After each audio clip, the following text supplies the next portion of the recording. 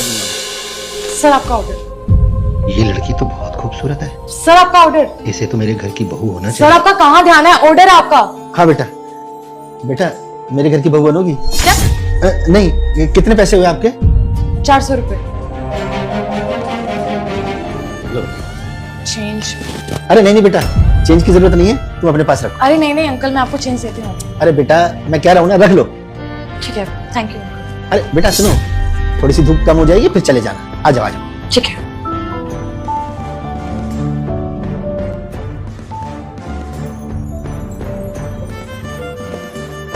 बेटा हाँ, बाहर में एक लड़की आई है, तू उसे एक बार देख ले।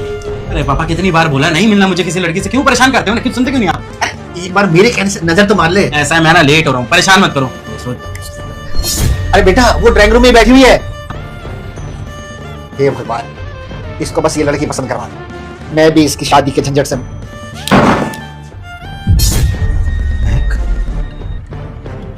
तुम इस हालत में?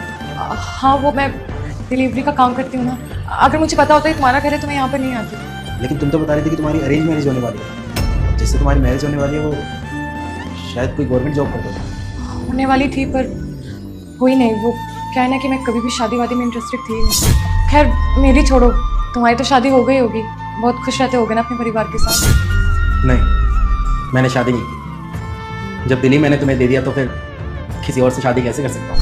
तो फिर मैंने शादी ना करना ही बेहतर समझा। इस दिल का क्या करूँ मैं, ये तो नहीं मानता। और अगर दबाव में आके घर वालों की वजह से मैं कहीं शादी कर भी लूँगा तो फिर क्या उसे प्यार दे पाऊँगा? किसी और से शादी करके उसको धोखा देना ये सही नहीं है। हर रोज़ बस एक ही सवाल आता है मेरे मन में, एक ही बात सोचता हूँ कि आखिरकार मेरी गलती क्या थी तो तुम बिना कुछ कहे ऐसे ही चली गई। धर्मेंद्र, इसमें तुम्हारी कोई गलती नहीं है, पर शायद भगवान को कुछ और ही मंजूर था। जिस दिन मेरी शादी थी उस दिन एंड मोमेंट पे मेरे पापा की तबीयत खराब हो गई, इसलिए मेरी शादी कैंसिल हो गई। पता नहीं, शायद भगवान ने मेरी सुन लिया, भगवान को कुछ और ही मंजूर था। मुझे तो बिल्कुल उम्मीद नहीं थी कि मैं जिंदगी में दोबारा कभी तुम्हें देख पाऊंगी। तुम्हारे साथ मैंने इतना गलत किया, शायद इसीलिए भगवान ने मेरे साथ ऐसा किया। आज देखो मेरी हालत। रुक जा बेटे, अगर तू चाहता है 2026 तेरा अच्छा जाए तो इस वीडियो को लाइक करके चैनल को सब्सक्राइब कर देना, और जाते जाते मेरे बेटे कमेंट बॉक्स में जय माता दी लिख देना। क्या हो गई हूँ मैं?